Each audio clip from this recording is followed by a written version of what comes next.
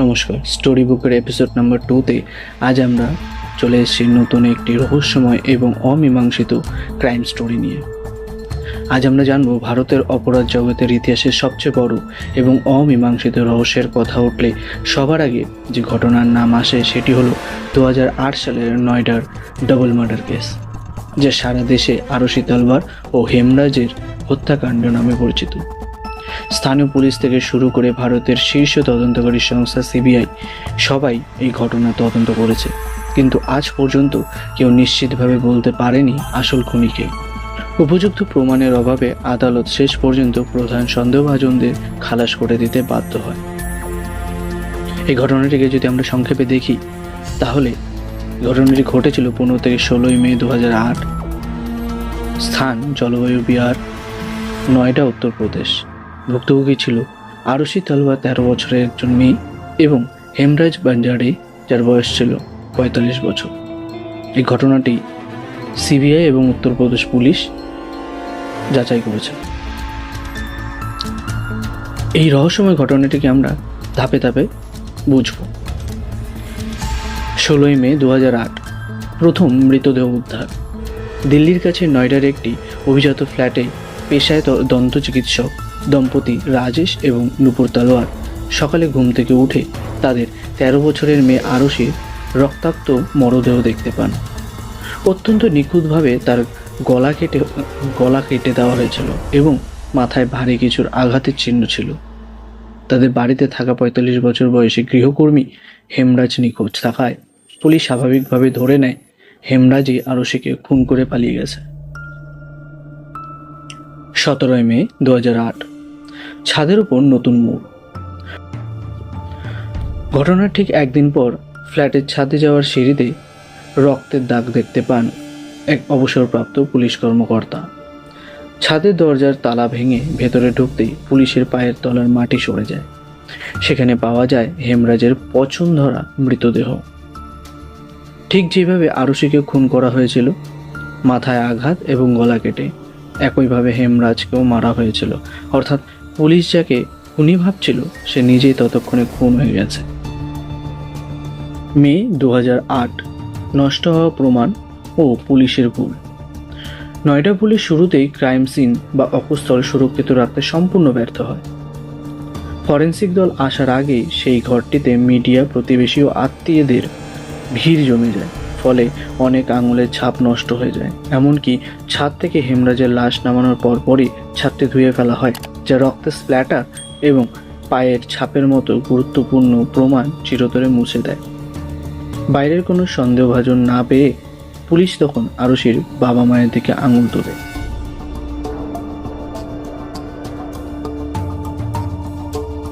June 2008 CBI এর প্রথম দলের তথ্য।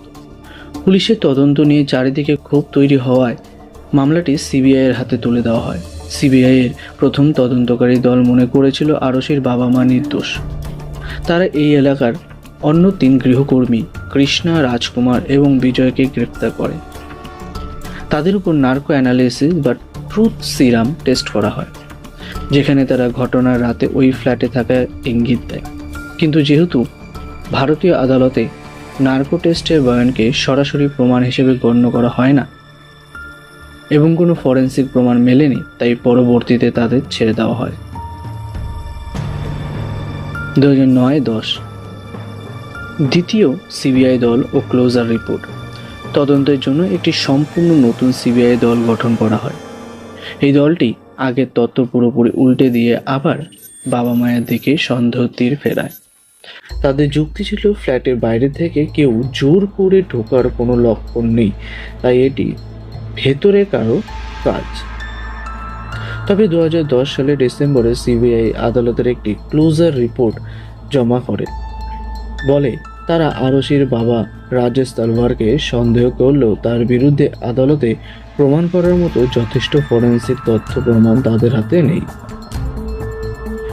নভেম্বর 2013 সন্দেহভাজন থেকে কারাদণ্ড। বিশেষ সিবিআই আদালত এই ক্লোজার রিপোর্টটি খারিজ করে দেয় এবং জানায় যে পারিপার্শ্বিক তথ্য প্রমাণের ভিত্তিতে বিচার প্রক্রিয়া চালানো সম্ভব। এক অত্যন্ত বিতর্কিত রায়। আদালত আরশির বাবা রাজেশ এবং মা নুপুর তালওয়ারকে ডাবল মার্ডারের দায়ে যাবজ্জীবন কারাদণ্ড দেয়।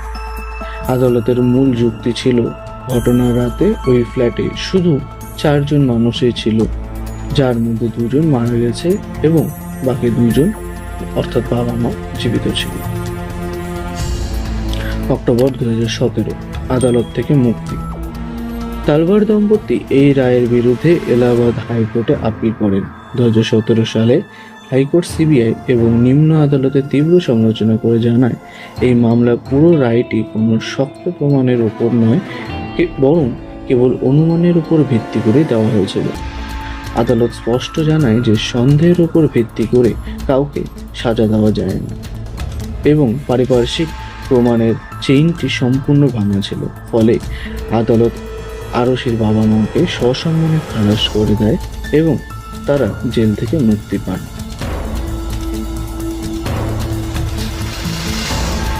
ঘটনাটি এখানেই কিন্তু শেষ হয়, কিন্তু এই ঘটনাটি রহস্য আজও কেন অমীমাংসিত?